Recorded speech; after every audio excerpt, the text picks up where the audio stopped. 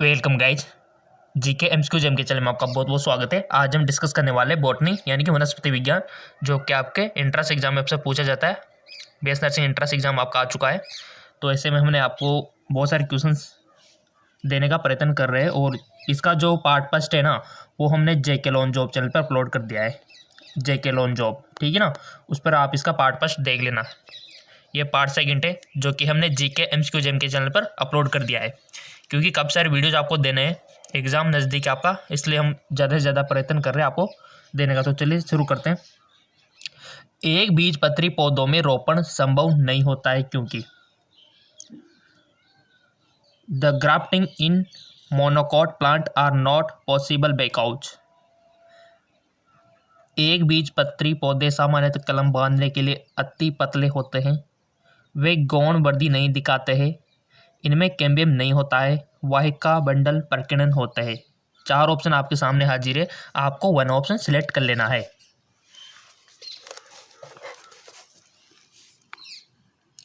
बहुत अच्छा क्वेश्चन है, आई होप आपने सिलेक्ट कर लिया होगा। और क्विकली आपको ऑप्शन चूज करना है क्योंकि एग्जाम में भी आपको कम ही टाइम मिलेगा, इसलिए थ्योरी के क्वेश्चन है गाइस, जिनमें ज़्यादा टाइम नहीं लगना चाहिए आपको, तो कर दिया होगा सबने। इसका राइट ऑप्शन है वहिका बंडल प्रकीर्णन होते, the vascular bundle are scattered, ठीक है। इसका राइट ऑप्शन ये हो जाएगा, याद रख लेना इस बात को। अगला क्वेश्चन, जिम्नोस्पर्म में उपस्थित जटिल उत्तक दीर्घित या ट्यूब जैसे होते हैं, वह उनकी मोटी एवं कास्टिक भित्ति और सुंडाकार सिरे होते हैं और जल परिवहन में मदद करते हैं। वे है वाहिकाएं, ट्रैकिड, जाइलम पैरेन्काइमा, जाइलम जंतु तंतु। क्वेश्चन को समझ लो पहले।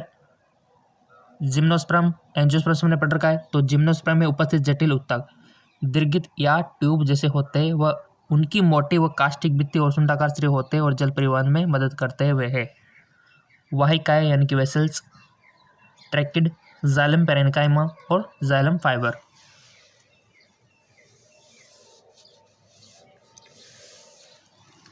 सो इसका राइट ऑप्शन आ जाएगा आपका ट्रैकिड। नेक्स्ट,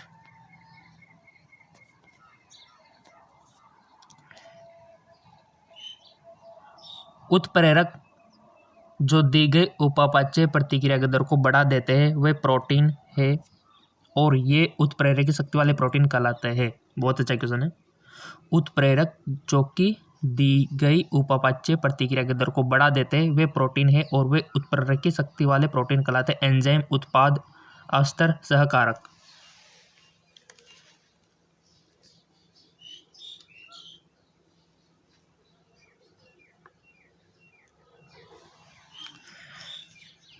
सो इसका राइट ऑप्शन हो जाएगा आपका एंजाइम।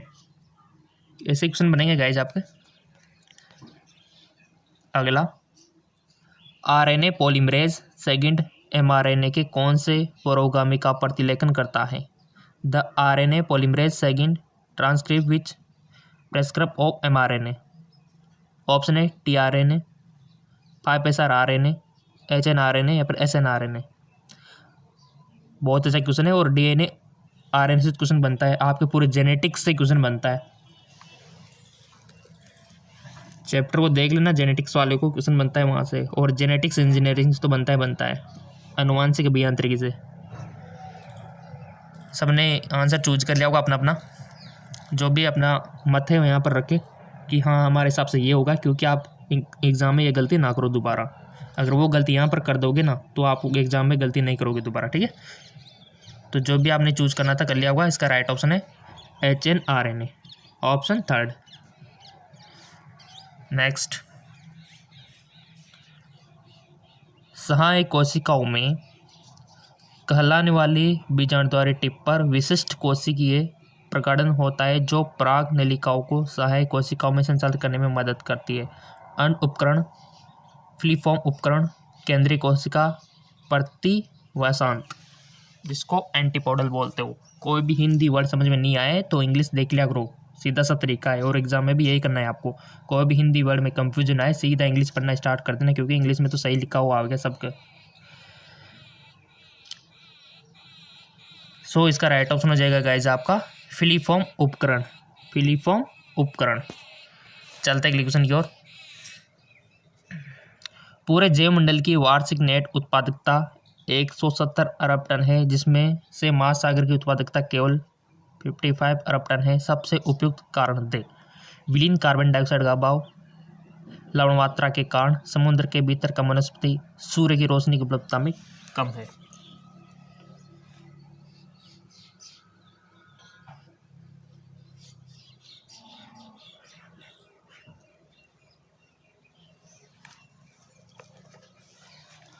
सो इसका राइट ऑप्शन हो जाएगा गाइज आपका सूर्य की रोशनी उपलब्धता कम। ठीक है, सूर्य की रोशनी की उपलब्धता कम। नेक्स्ट, नारियल का खाद्य भाग है। The edible part of the coconut. Option के सीड्स यानी कि बीज, कोटलेडोन बीज पत्तर, एंडोस्पर्म भ्रूणपोष, न्यूक्लियस बीजांडकाय। जो हम खाते हैं ना, सबने खा रखा है नारियल, तो कौन से पार्ट को खाते हैं गाइज हम? सो इसका राइट ऑप्शन हो जाएगा आपका एंडोस्पर्म यानी कि भ्रूणपोष को खाते हैं हम, एंडोस्पर्म। ये क्वेश्चन 2018 में बना था, चांसेज है। काफ़ी सारे क्वेश्चन बनते हैं जो हम आपको बताते हैं। सूक्ष्म प्रवर्धन द्वारा उत्पादित अनुवांशिक रूप से समरूप जो हजारों पौधे कहलाते हैं। The thousand of genetically identical plant produce by micro are the called, यानी कि कर्तोतक, काइक्लोन, कायिक संकरण, कायिक संकर। इसका राइट ऑप्शन हो जाएगा काइक्लोन। अगला क्वेश्चन, दो यौगिकों की संलग्नता को उत्प्रेरित कर रहा एंजाइम, उदाहरण के लिए वह एंजाइम है जो COCS और CN आबंधों के जुड़ने को उत्प्रेरित करता है, कहलाता है हाइड्रोजेनेसिस, हाइड्रोलाइसिस, लाइसिस या फिर लाइगेज। बहुत अच्छा क्वेश्चन है।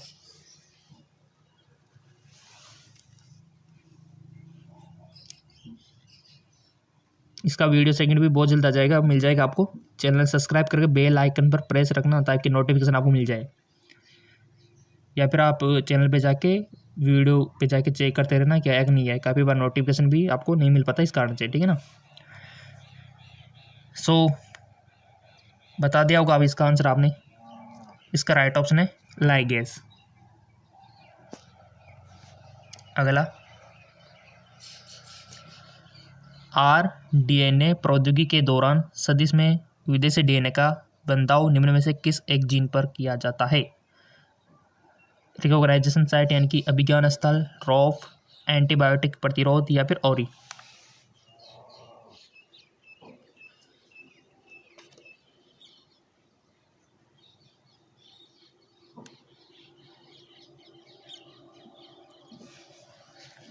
सो इसका राइट ऑप्शन हो जाएगा आपका एंटीबायोटिक प्रतिरोध जीन, एंटीबायोटिक प्रतिरोध जीन। अगला, दांतर कोशिका रक्त अल्पता यानी कि सिकल सेल एनीमिया छठवें स्थान में ग्लूटामिक अम्ल के प्रतिस्थापन द्वारा उत्परिवर्ती जीन के कारण हुए अलिंग गुणसूत्र संलग्न अप्रविलक्षण है। ग्लूटारिक अम्ल, प्रोलिन, सेरिन, वेलिन।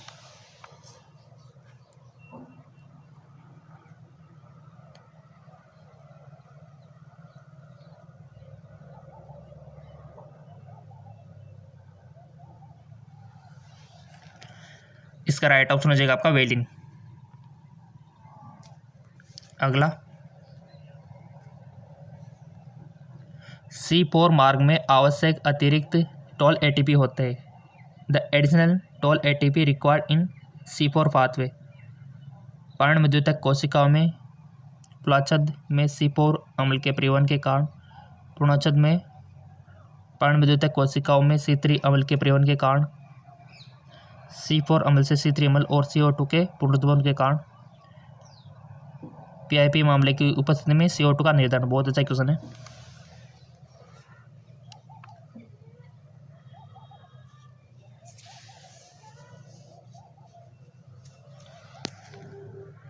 इसका राइट ऑप्शन हो जाएगा आपका C4 अम्ल से C3 अम्ल और CO2 के पुनरुत्पादन के कारण।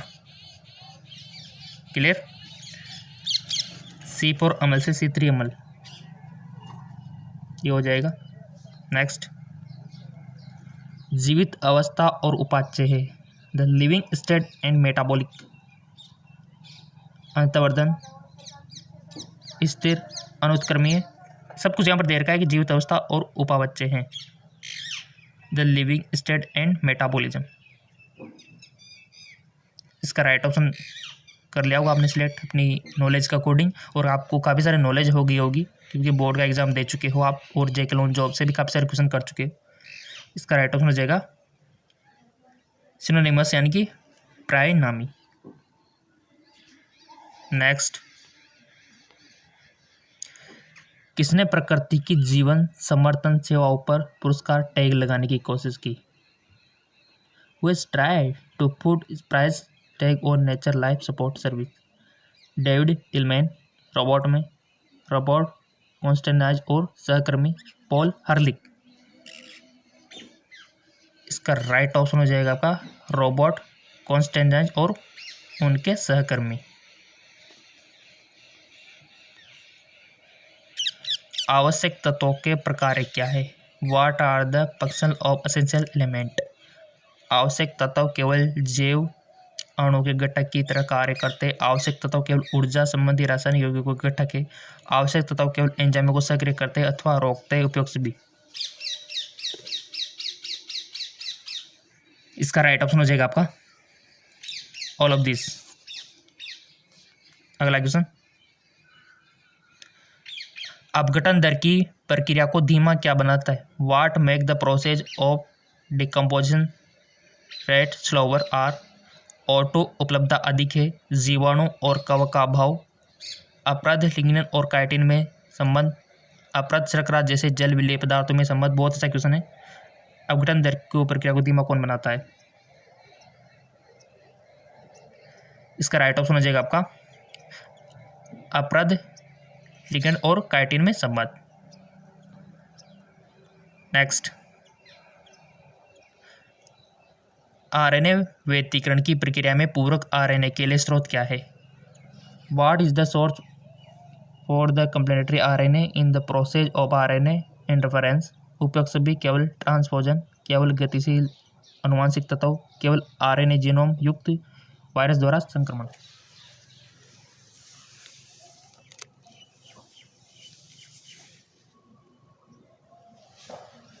सो गाइस, इसका करेक्ट ऑप्शन हो जाएगा आपका ऑल ऑफ दीज, यानी कि सारे आ जाएंगे इसमें। ठीक है ना? अगला क्वेश्चन, वह स्थान जहां जंगली जानवरों को मानव देखभाल के अंतर्गत संरक्षित वातावरण में रखा जाता है और जो हमें उनकी भोजन के आदतों व्यवहार के बारे में जानने के लिए योग्य बनाते हैं, कहलाता है संग्रहालय, प्राणी उपवन, वनस्पति उद्यान या फिर हेरिबेरियम। गाइस, यहाँ पर जो चारों ऑप्शन है बहुत इंपॉर्टेंट है। यहाँ पर आपको ये नहीं देखना है कौन सा सही, बट यहाँ पर चारों इंपॉर्टेंट है गाइज, क्योंकि आपको पता होना चाहिए म्यूजियम क्या होता है, जूलॉजिकल पार्क क्या होता है, बॉटनिकल गार्डन क्या होता है और हर्बेरियम क्या होता है। चारों पर थोड़ा सा ध्यान करना है आपको। और क्वेश्चन पूछा जा सकता है, हर्बेरियम भी आपसे पूछा जा सकता है, हर्बेरियम क्या होता है। फिर देखो, एक तरफ है जंतु और एक तरफ है पादप, ठीक है ना? जंतु और पादप। तो आपको क्या करना है, देखो ये ऐसी चीज़ें जहाँ पर जंतु को रखा जाता है, बट एक तरफ जीवित को रखा जाता है और एक तरफ मरे हुए को रखा जाता है। इधर भी पौधे को जीवित को रखा जाता है, एक तरफ मरे हुए को रखा जाता है। तो ये चार चीज़ें यहाँ पर दे रखी है। तो सब जानते हैं कि जंतु जहाँ पर जीवित जंतु को रखा जाता है उसको तो जूलॉजिकल, जू चिड़ियाघर बोलते हैं, ठीक है। और इसका उल्टा म्यूजियम, ठीक है। और इसी प्रकार जहाँ जिनते जो जीवित पादप होते हैं उनको रखा जाता है उनको गार्डन बोलते हैं, और जहाँ मरे हुए पादपों को रखा जाता है उनको क्या बोलते हैं? हर्बेरियम। चारों क्वेश्चन हमने क्लियर कर दिया आपके। तो बता दो अब तो इसका आंसर क्या होगा कि वह स्थान जहाँ जंगली जानवरों को मानव देखभाल के अंतर्गत सुरक्षित वातावरण में रखा जाता है। तो सिंपल सी बात है, उसको जूलॉजिकल पार्क कहते हैं। और कभी कभी चिड़ियाघरों में घूमने गए होंगे ना आप, सब जिंदे होते हैं वहाँ पे, ठीक है। अगर मरे हुए जानवरों को देखने जाना तो कहाँ जाओगे? म्यूजियम में। तो थोड़ा सा आपको इस प्रकार से याद रखना होता है चारों चीज़ें, तब जाके अच्छा आप परफॉर्म कर पाते हो वहाँ पे। और हमारे स्टूडेंट बहुत इंटेलिजेंट है, सब अच्छा करेंगे। निम्न में से कौन सा एक आद्य जीवाणु नहीं है? सबने पढ़ रखा है ये क्वेश्चन 11th में। विच of the following is not a archaebacteria. और आर्किबैक्टीरिया सब जानते हैं आर्किबैक्टीरिया को, 11th में पढ़ के आए हो सब, डायरेक्ट 12th में कोई नहीं आएगा। तो बता दो आंसर। हेलोपिलस यानी कि लवणरागी, थर्मोपिलस यानी कि अधिताप्रिय, और मेथनोजोन और एक है साइनोबैक्टीरिया।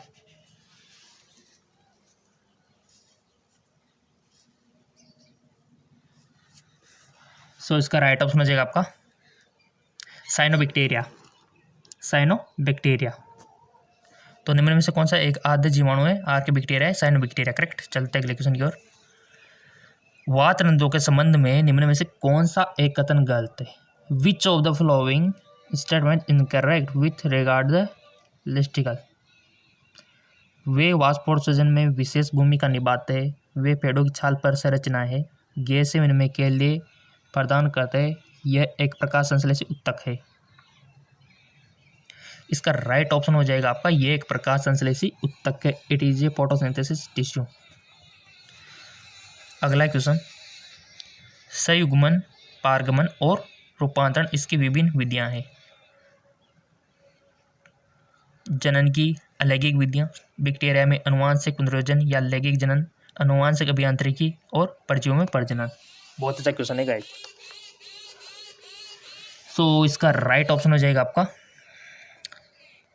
सिलेक्ट कर लिया होगा आपने तो, बैक्टीरिया में अनुवांशिक पुनर्योजन या लैंगिक जनन, जेनेटिक रिकॉम्बिनेशन और सेक्सुअल रिप्रोडक्शन ऑफ बैक्टीरिया।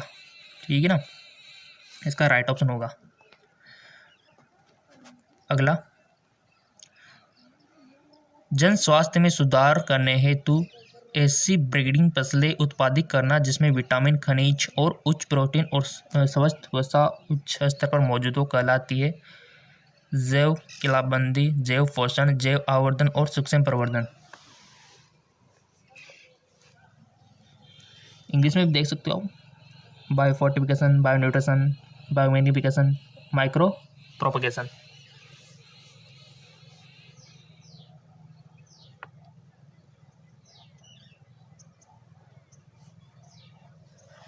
तो इसका राइट ऑप्शन हो जाएगा आपका बायोप्रोपगेशन। नेक्स्ट, आरडीएनए अतिथि कोशिका झिल्ली में पारित नहीं हो सकता क्योंकि अंदरूनी निष्क्रियता, डीएनए प्रकृति में अम्लीय होता है, डीएनए जलरागी अणु और उनमें विदेशी डीएनए होता है।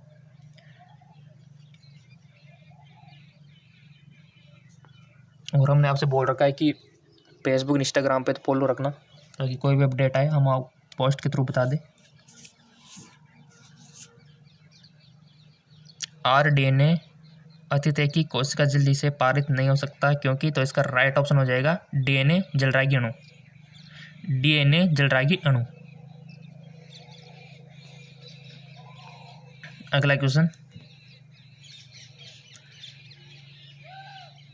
चिल्ली की एक किस्म पूसा सदाबहार निम्न में से किस रोग की प्रतिरोधक है? उपयुक्त सभी, केवल पर्णकुंचन, केवल चिल्ली मोजेक वायरस, केवल तंबाकू मोजेक वायरस। बहुत अच्छा क्वेश्चन है। और स्टूडेंट के कमेंट आए थे सर हमको काफ़ी सारे क्वेश्चन चाहिए, तो इसी में हम आपको इंक्लूड कर देते हैं, जूलॉजी भी इसमें पढ़ा देते हैं हम आपको। ठीक है ना, जूलॉजी के क्वेश्चन भी इसी में दे देते। वीडियो पर बना रहना है आपको, ताकि बॉटनी जूलॉजी एक ही वीडियो में हो जाए तो बेस्ट रहेगा आपके लिए, है ना। लीची की एक किस्म पूसा सदाबहार निम्न में से किस रोग की प्रतिरोधक है? उपयुक्त सभी, केवल पर्णकुंचन, केवल लीची मोजेक वायरस, केवल तंबाकू मोजेक वायरस। तो इसका राइट ऑप्शन हो जाएगा उपयुक्त सभी। नेक्स्ट,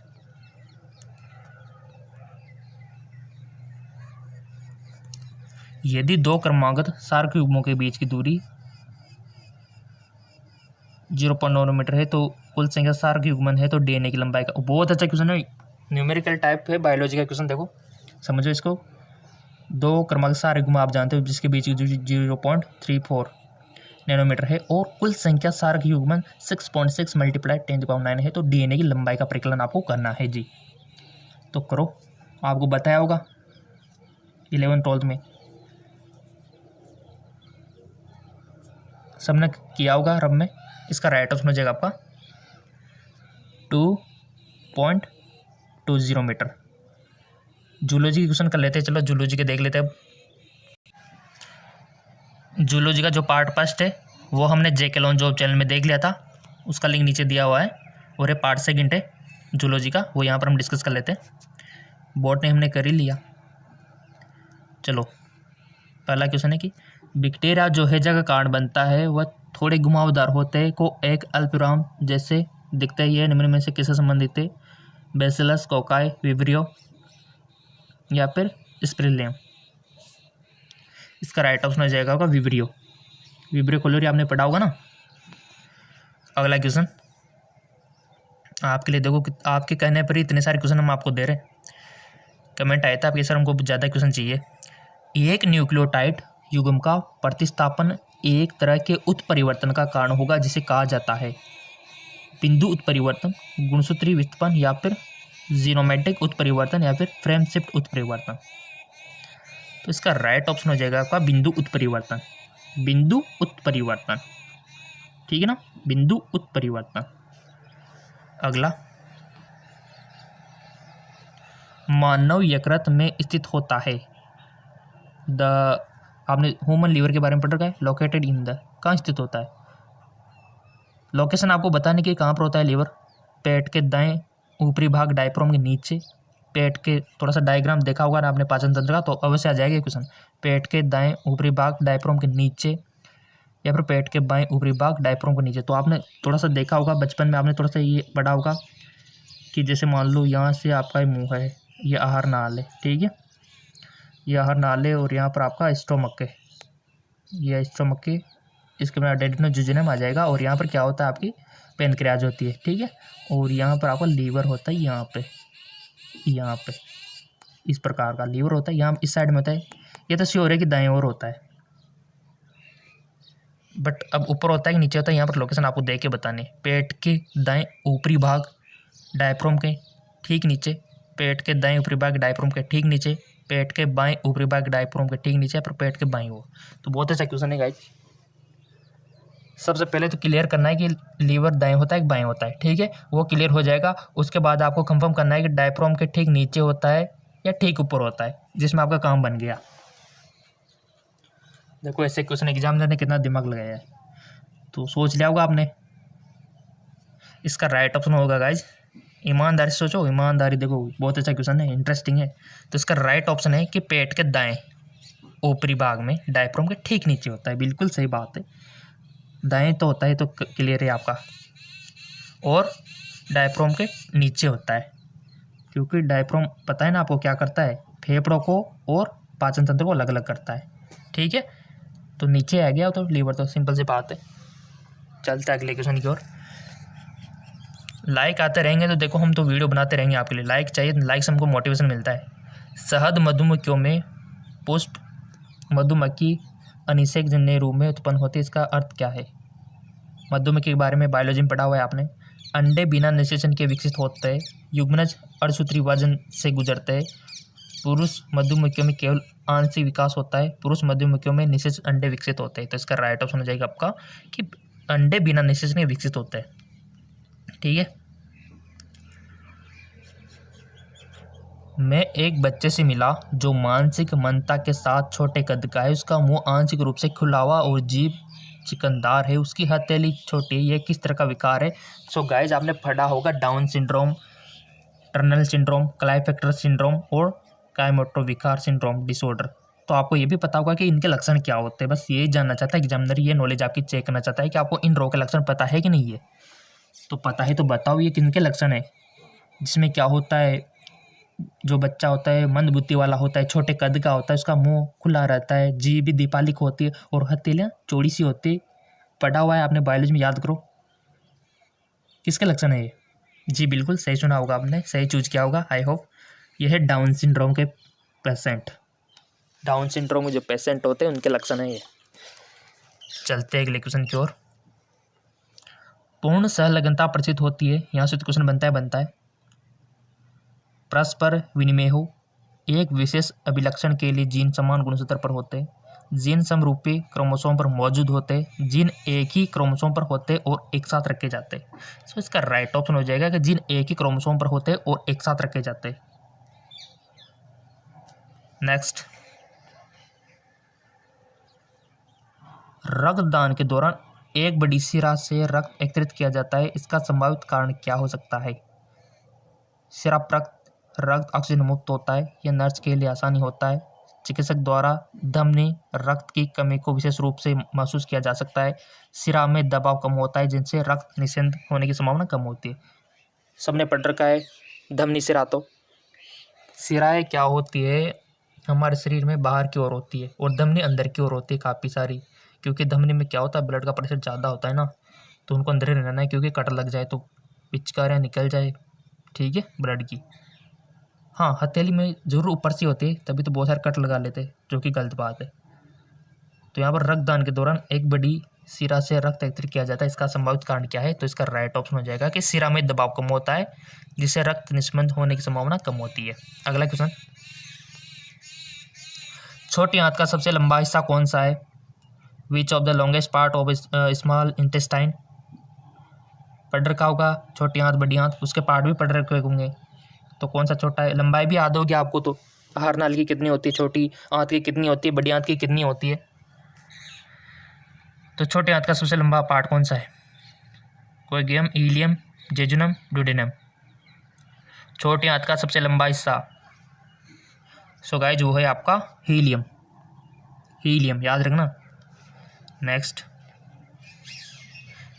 निम्नलिखित में से कौन सा रक्तदान करने का सबसे उपयुक्त कारण है? यह शरीर को नई रक्त कोशिकाओं का उत्पादन करने के लिए उत्तेजित करता है, रक्तदान जीवित बचाता है, इनमें दाता को एक निःशुल्क स्वास्थ्य जांच मिलती है, ये लोहे की मात्रा को कम करता है, इस प्रकार हृदय की रक्षा करता है। सो इसका राइट ऑप्शन हो जाएगा आपका, ये रक्तदान जीवन बचाता है, तभी तो कहते हैं ब्लड डोनेट करना चाहिए। अच्छी बात है, ब्लड तो वापस आ जाता है और दूसरों की जान बच जाती है। निम्न में से कौन सा तथ्य मध्यावता के विषय में सही असत्य है? Which of the following is incorrect about metamerism.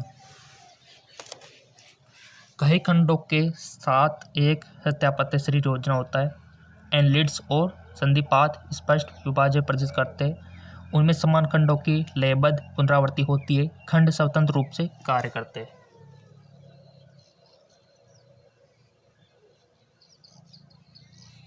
इसका राइट ऑप्शन हो जाएगा आपका खंड स्वतंत्र रूप से कार्य करते हैं, ठीक है, खंड स्वतंत्र रूप से कार्य करते हैं। नेक्स्ट, निम्नलिखित में से कौन सा उम्र बढ़ने का संकेत नहीं है? Which of the following not a sign of ageing. हृदय की स्पंदन क्षमता में कमी आना, कोलेजन पार्ग में लचीला और घुलनशील हो जाता है, हार्मोन के स्त्राव में कमी आना, मस्तिष्क एवं वक्र में रक्त की आपूर्ति में कमी आना। बहुत अच्छे क्वेश्चन है।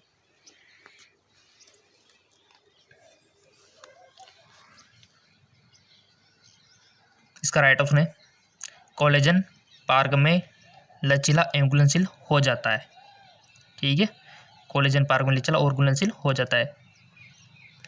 नेक्स्ट, निम्नलिखित में से कौन सा एक बाह्य चर्म व्युत्पन्न नहीं है? पेशी तंत्र, बाल एवं नाखून, बाह्य त्वचा एवं अधिचर्मी ग्रंथियां या फिर तंत्रिका। कौन सा एक बाह्य चर्म? विच of the following not A ectodermal derivative. तो राइट ऑप्शन हो जाएगा आपका मस्कुलर सिस्टम। ये क्या नहीं है? एंडोडर्मल डेरिवेटिव नहीं है। निम्नलिखित में से कौन जीवाणु का एक कोशिका द्रव्य अंतर्वेशी? गोल्जिका, माइटोकॉन्ड्रिया या फिर मेसोसोम और अंतःपर द्विजालिका।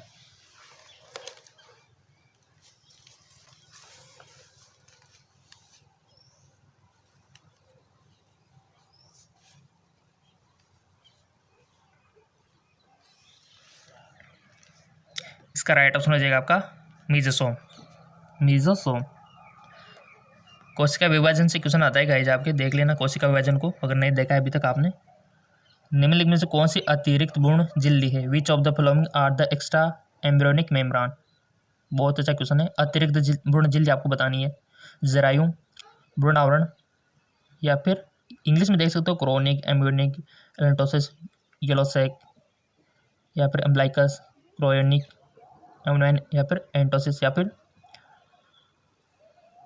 प्लेसेंटा, या फिर एम्ब्लाइकल, यॉक्सेक, सो यहाँ से चूज कर सकते हो आप। बहुत सारा तो कर भी लिया होगा, जो रिप्रोडक्शन सिस्टम के फैन है उन्होंने तो कर लिया होगा, आ गया होगा उनको। तो इसका राइट ऑप्शन है, इसमें पहले जरायु आएगा, फिर भ्रूण आवरण, और फिर अप्राशोज, और येलो सिक लास्ट में आएगा। ठीक है ना, येलो सिक लास्ट में आएगा इसमें, जरायु, भ्रूण, और यानी कि इसका तो पहला वाला ही सही है। नेक्स्ट क्वेश्चन, क्रम पूछा जा सकता है आपसे भी, जैसे कि स्पर्म जो निकलते हैं उसका रास्ता कौन कौन सा होता है। आपको याद रखना है कि टेस्टिस से फिर शुक्रवाहिनी में आता है, वहाँ से डिफरेंशिया, वहाँ से प्रेंशिया, सब आपको शुक्राशय तक जाता है, वो मार्क पूछा जाता है आपसे। तनाव में आपातकाल की शुक्राणु के जो विकास होता है उसका क्रम पूछा जा सकता है आपसे। अंडाणु के विकास का क्रम पूछा जा सकता है। इन क्रम को याद रखना स्टेप बाय स्टेप। तनाव में आपातकाल के दौरान तंत्रिका का कौन सा भाग सक्रिय है। सहानुकंपी, मेरुदंड, अनुकंपी, मस्तिष्क। इसका राइट ऑप्शन हो जाएगा आपका अनुकंपी। नेक्स्ट, इनमें से किसकी शारीरिक योजना एक अंडकोश या पेंटसेक जैसी होती है। मछली, हाइड्रा, मनुष्य, स्पंज। तो राइट ऑप्शन हो जाएगा हाइड्रा।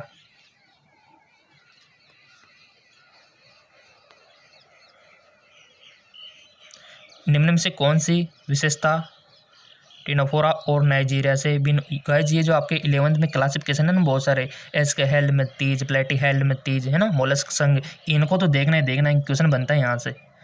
निम्न में से कौन सी विशेषता टिनोफोरा और नाइजीरिया से भिन्न बनाती है। और ये पादप का वर्गीकरण, जंतु का वर्गीकरण 11th में चैप्टर है आपके, वहाँ से क्वेश्चन बनेंगे।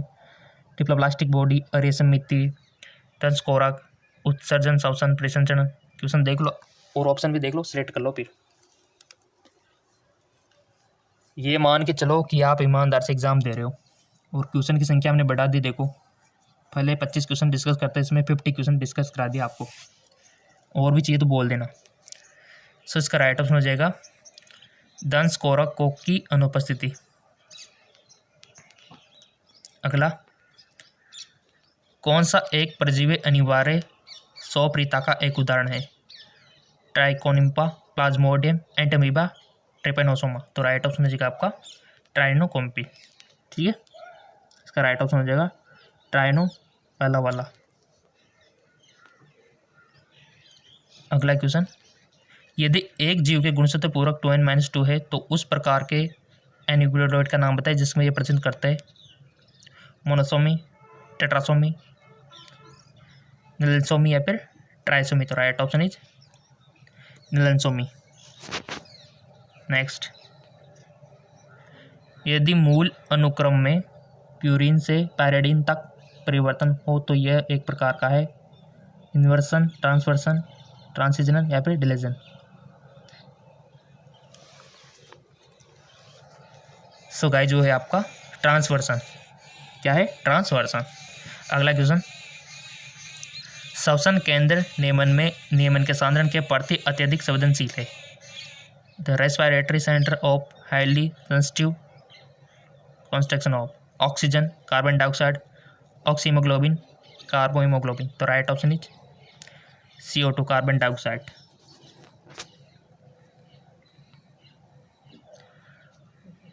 आसन वक्र पिरामिड के मध्य में बलकोटी उत्तर का द्रव्यमान होता है। विफल, पुटक, ब्रेटिनिका स्तंभ या फिर संपुटिका। तो राइट ऑप्शन इज ब्रेटिनिका स्तंभ।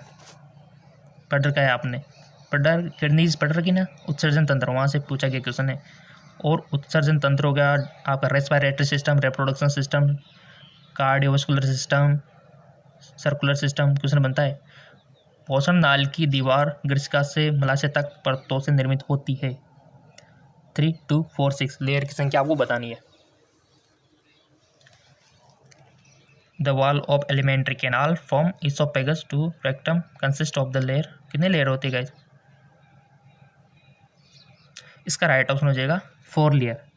लेयरों की संख्या आपसे पूछी गई है और लेयर का नाम भी आपको पता होना चाहिए। देखो, वितरण समसूत्री विभाजन से भिन्न होता है क्योंकि cleavage is difference from the mycotic division in that नाभिक में सम्मिलित नहीं है, कोई तर्कुगठन नहीं होता है, कोई कोशिका द्रव्य विभाजन नहीं होता है, वितरण मूल द्रव्यमान के आकार को परिवर्तन नहीं करता है। तो राइट ऑप्शन इज वितरण मूल द्रव्यमान के आकार को परिवर्तन नहीं करता है। ठीक है ना।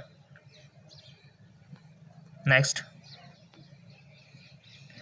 इंटरफेरोन क्या है? What are interferon? वायरस प्रेरित प्रोटीन, वायरस संक्रमित कोशिका या फिर वे फेरोमोन है, वे बैक्टीरिया स्राव है, वे हार्मोन है। इंटरफेरोन क्या है गाइज? ईमानदार से बताओ। सो गाइज वे है आपका वायरस प्रेरित प्रोटीन, वायरस संक्रमित कोशिकाओं द्वारा उत्पादित होते हैं। ये वह पहला वाला इसका ऑप्शन सही हो जाएगा। और हमने आपको बोल रखा है कि